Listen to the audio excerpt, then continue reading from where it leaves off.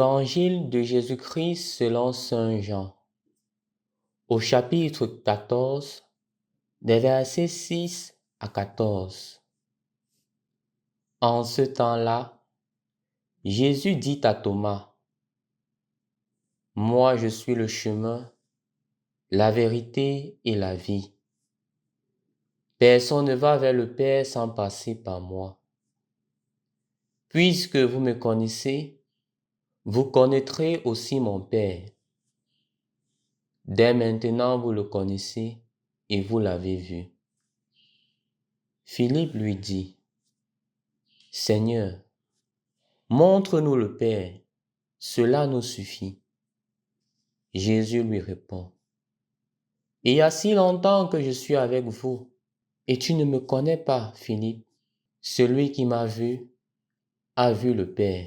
Comment peux-tu dire, montre-nous le Père?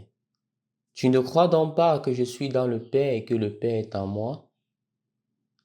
Les paroles que je vous dis, je ne les dis pas de moi-même. Le Père qui demeure en moi fait ses propres œuvres. Croyez-moi, je suis dans le Père et le Père est en moi. Si vous ne me croyez pas, croyez du moins à cause des œuvres elles-mêmes. Amen, amen, je vous le dis. Celui qui croit en moi fera les œuvres que je fais. Il en fera même de plus grandes, parce que je pars vers le Père. Et tout ce que vous demanderez en mon nom, je le ferai, afin que le Père soit glorifié dans le Fils. Quand vous me demanderez quelque chose en mon nom, moi, je le ferai. Au nom du Père et du Fils et du Saint-Esprit. Amen. Loué soit Jésus-Christ. Aujourd'hui, nous célébrons Saint Philippe et Saint Jacques, tout en continuant le mois marial, le mois dédié à la bienheureuse Vierge Marie. N'oublions pas notre engagement, le chapelet chaque jour, la prière du chapelet chaque jour. En effet, chers frères et sœurs dans le Christ, on pourrait premièrement se demander qui était Philippe et qui était Jacques. Surtout qu'on parle de Jacques, de deux Jacques dans l'Évangile, Jacques le mineur et Jacques le majeur. Commençons par Philippe.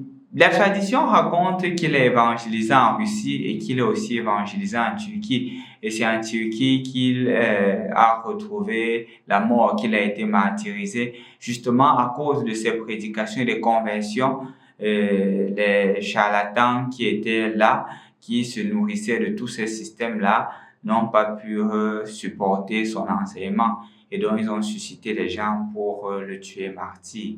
Et on dit justement que comme son maître, il les a pardonnés avant de mourir.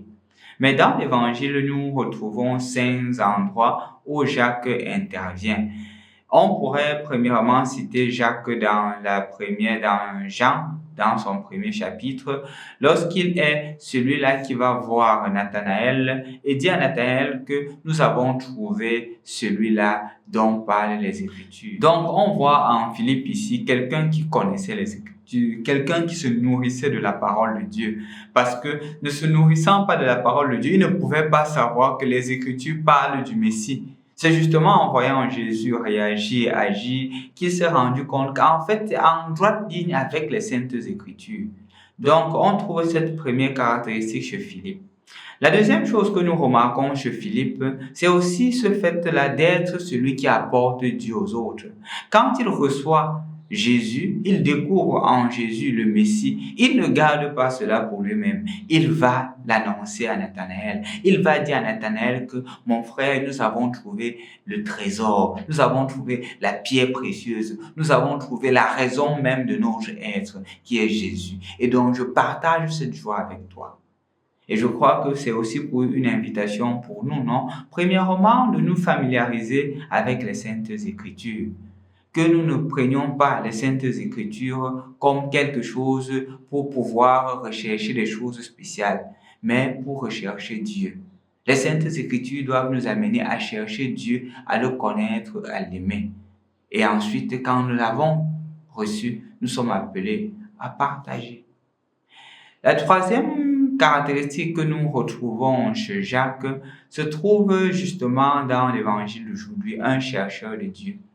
Quand Jésus dit « Où je vais, vous connaissez le chemin », il dit « Nous ne savons même pas où tu vas.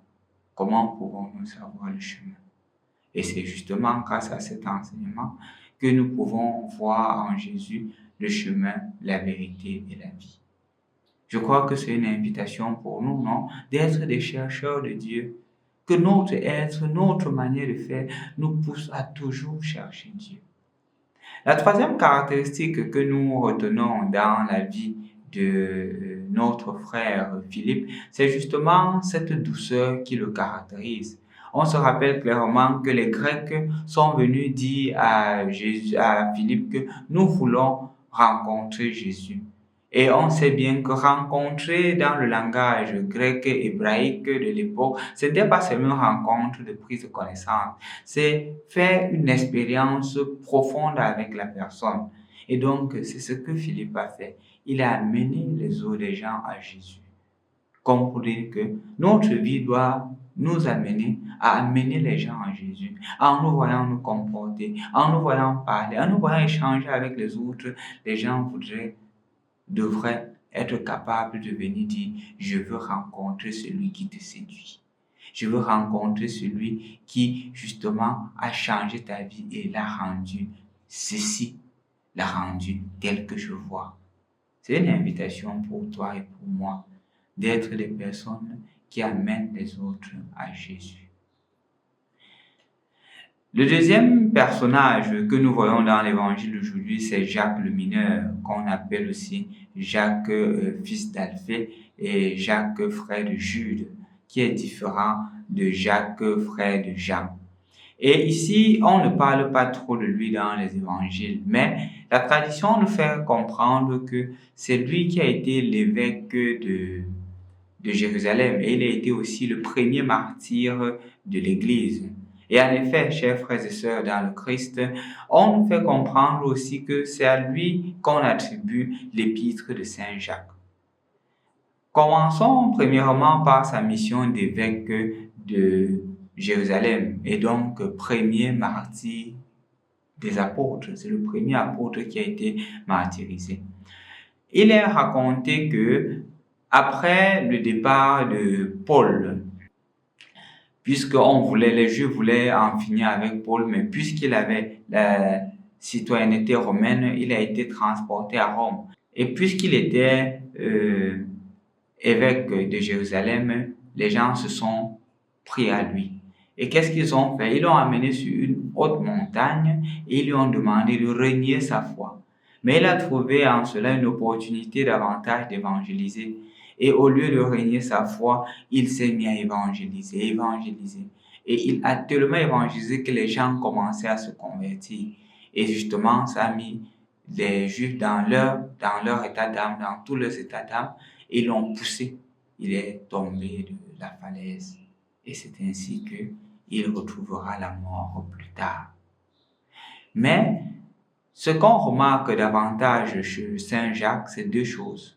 Premièrement, dans le livre des Actes des Apôtres, c'est celui qui conclut d'une certaine manière le conflit qui existait entre les Juifs et les païens. Quand les païens entrent dans la foi chrétienne, entrant dans la foi chrétienne, il y a justement cette difficulté-là pour les Juifs de les accepter. Après que Pierre, qui est le pape, en a parlé, il a donné une proposition qui a été acceptée par tous. Cette proposition qui était effectivement de ne pas faire peser sur nos frères, les païens, un fardeau qu'eux-mêmes ils n'ont pas pu porter, mais à l'exception de s'abstenir des viandes qui contiennent encore du sang. Donc c'était justement celui-là qui recherchait l'unité dans l'Église.